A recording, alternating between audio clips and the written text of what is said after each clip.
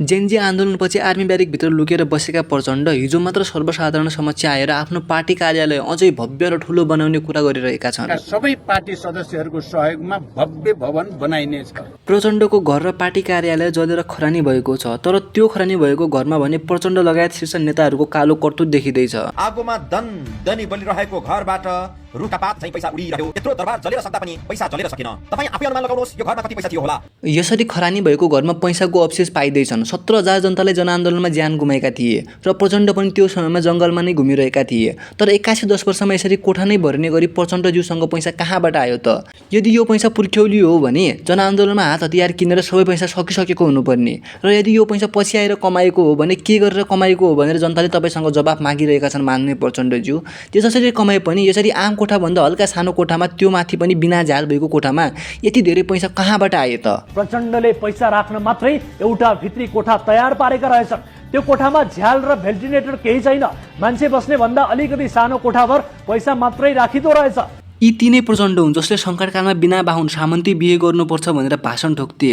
यिनै प्रचण्ड र माओवादीको डरले मान्छेहरूले आफ्नो लुगा र लाइफस्टाइल देखाउन डराउँथे। तर अहिले भने यिनै प्रचण्डको नातिनीले लाखौँको ब्याग बोकेर हिँडिरहेका छन्। यिनै प्रचण्डले आफ्ना आफन्तहरूको बिहे लाखौँ पैसा खर्च गरेर मजाका साथ गरिरहेका छन्। तपाईकी नातिनीले 5 लाखको ब्यागै बोक्थिन्। जनता अहिले पनि तुइनमा झुन्डिन्छन्। तपाईले आफ्ना नातिनीहरूको विवाह 5 तारे होटलमा गराउनुहुन्छ। ती नातिनीहरूलाई जन्म दिने तपाईका छोरी ज्वाइँसँग 20,000 को तलब पाउने योग्यता पनि छैन। नेताहरूको घर जलेर खरानी हुँदा पनि त्यो घरभित्र भएको पैसा जलेर खरानी हुन सकेन। यति धेरै पैसा कहाँबाट आयो भनेर जनताले प्रश्न गरिरहेका छन्।